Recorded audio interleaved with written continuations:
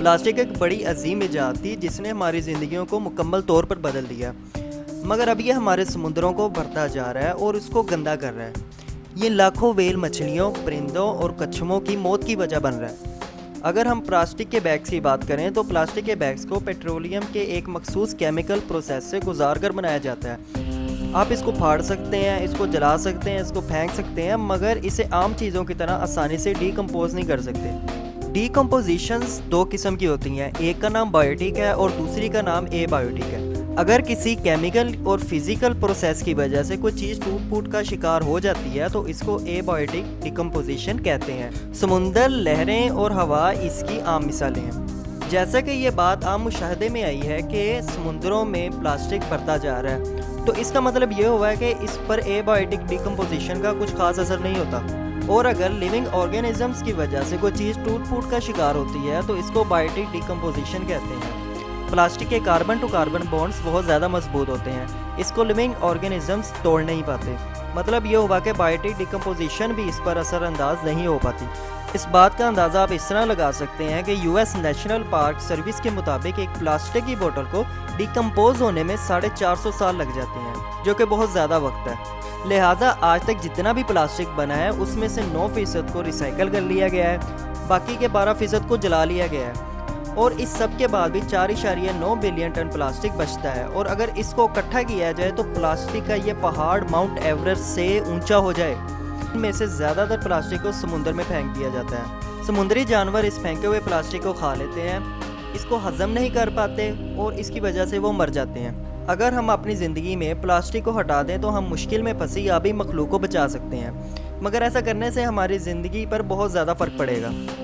اگر آپ آفس میں کھانا لے جانے کے لیے اپنے پلاسٹک کے کنٹینرز کو اوائڈ کرتے ہیں اور آپ شاپنگ کے لیے شاپنگ بیگز کو بھی لے کر جانا بند کر دیتے ہیں، پھر بھی آپ کو مکمل طور پر پلاسٹک فری ہونے کے لیے بہت کچھ کرنا پڑے گا۔ پلاسٹک تقریباً ہر جگہ موجود ہے۔ ایلومینیم کینز کی اندرونی سطح پر پلاسٹک کے ریزنز کا استعمال کیا جاتا ہے، کیونکہ اگر ایسا نہ کیا جائے تو آپ کی کولا کین کو 3 دنوں میں زنگ لگا دے۔ پیپر کپس کے اندر پلاسٹک کی پتلی سی لیئر ہوتی ہے جس کی وجہ سے لیکوڈ اندر ٹکا رہتا ہے۔ اگر پلاسٹک نہ ہو تو آپ ٹی بیگز کو بھی استعمال نہیں کر سکتے، کیونکہ اس میں موجود پولی ایتھائلین کی وجہ سے اس کو گرم کر کے سیل کرنا ممکن ہو پاتا ہے۔ پلاسٹک کے بغیر گروسری شاپنگ بھی بالکل الگ قسم کی ہوتی ہے۔ ہمیں لیکوڈز کو لینے کے لیے گلاس کا استعمال کرنا پڑتا۔ اس کے علاوہ گوشت اور چیز کو پیپر میں لپیٹنا پڑتا۔ ہمیں اپنی تمام گروسری کے سامان کو یا تو پیپر یا پھر کارڈ بورڈ کے باکسز میں لے کر آنا پڑتا۔ پلاسٹک پیکنگ کا ایک بڑا فائدہ یہ بھی ہے کہ اس کی وجہ سے کھانا کافی دیر تک فریش رہتا ہے۔ فوڈ پریونشن کے کسی بنیادی طریقہ کار کے بغیر ہمیں بہت سا کھانا صرف مخصوص موسموں تک ہی میسر ہو سکتا ہے۔ ہمارے کپڑے قدرتی فائبرز تک محدود ہو جاتے اور ہمیں پولیسٹر سوکس، نائلون کے کپڑے اور ایکریلک سویٹر سے بھی ہاتھ دھونا پڑتا۔ پلاسٹک کے بغیر آپ الیکٹریکل انسولیشن نہ کر پاتے۔ اس کا مطلب یہ ہوا کہ آپ کو اپنے موبائل اور کمپیوٹر کے لیے سستے سرکٹس اویلیبل نہ ہوتے۔ پلاسٹک کے بغیر آپ 1870 میں ہی پھنس جاتے اور وائر انسولیشنز کے لیے ربڑ کو استعمال کرنا پڑتا۔ الیکٹرونکس میں موجود اتنی ترقی ممکن نہ ہو پاتی، مگر اس سب کے باوجود ہمیں یہ فائدہ ہوتا کہ ہم اپنے سمندر کو گندا نہ کر رہے ہوتے، اور اس کی وجہ سے سمندر میں موجود 700 سپیشیز افیکٹ نہ ہو رہی ہوتی۔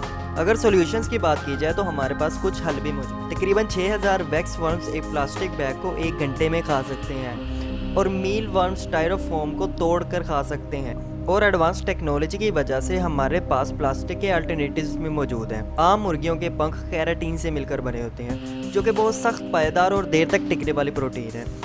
ریسرچرز کوشش کر رہے ہیں کہ ایکریلیٹ کے ساتھ ان پنکھوں کو ملا کر ایک پائیدار پلاسٹک بنایا جائے جس کو بیکٹیریا کی مدد سے توڑنا بھی آسان ہو، مگر اس پر مزید ریسرچ جاری ہے۔ ہم پر امید ہے کہ ایک دن ایسا بھی آئے گا کہ سائنٹسٹ پلاسٹک سے بہتر الٹرنیٹیو نکال دیں گے اور ہم اپنی آبی مخلوق کو بھی بچا سکیں گے۔ اور اس ٹاپک کے اینڈ پر میں یہ کہنا چاہوں گا کہ الگ سوچوں کو سبسکرائب کریں اور ویڈیو کو لائک ضرور کریں تاکہ ہماری ویڈیوز کا نوٹیفیکیشن آپ تک پہنچتا رہے۔